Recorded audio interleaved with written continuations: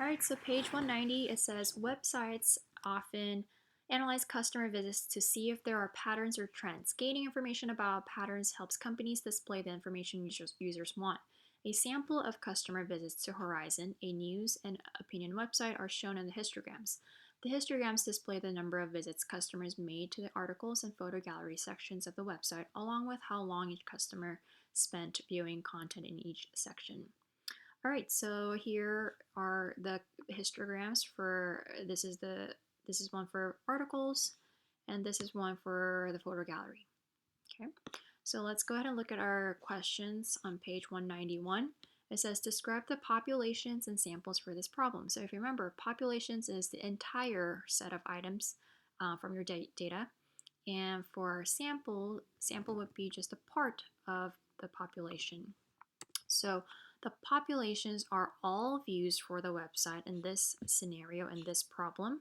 The samples are the views for articles and photo gallery. So that's like the part of the population.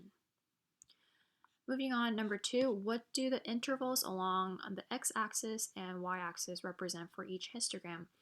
All right, so x-axis is minutes per view, okay, for both of them. The y-axis, this is the vertical line right here, number of visits, number of visits. So we can say the intervals along the x-axis represent minutes per view. For y-axis, it represents number of visits. Now, about how many visits were made to the article sample and the photo gallery sample, explain how you determined your answer. So how many visits were made? We can say there were about 700 views in the sample for the articles and about 1,000 views in the sample for photo gallery.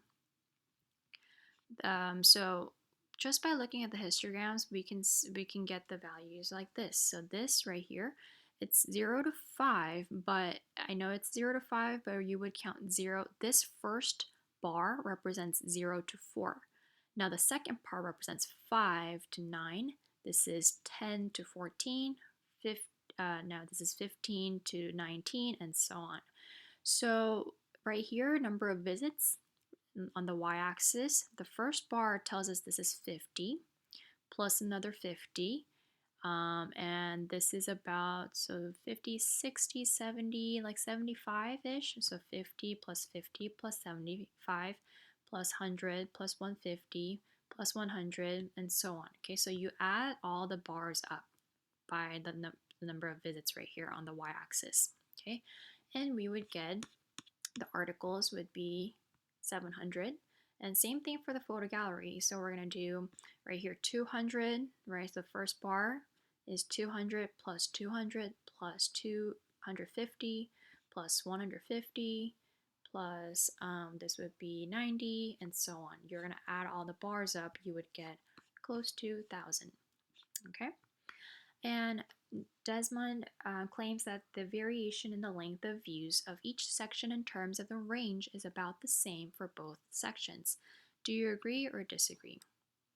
I would agree. Both sections have a similar range, so view durations are between 0 and 50 minutes.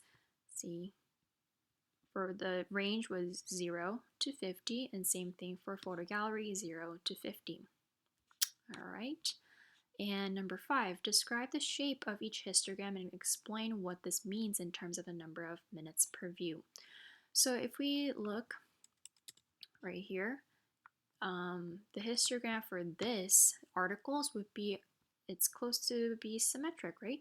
So it's like a bell curve shape.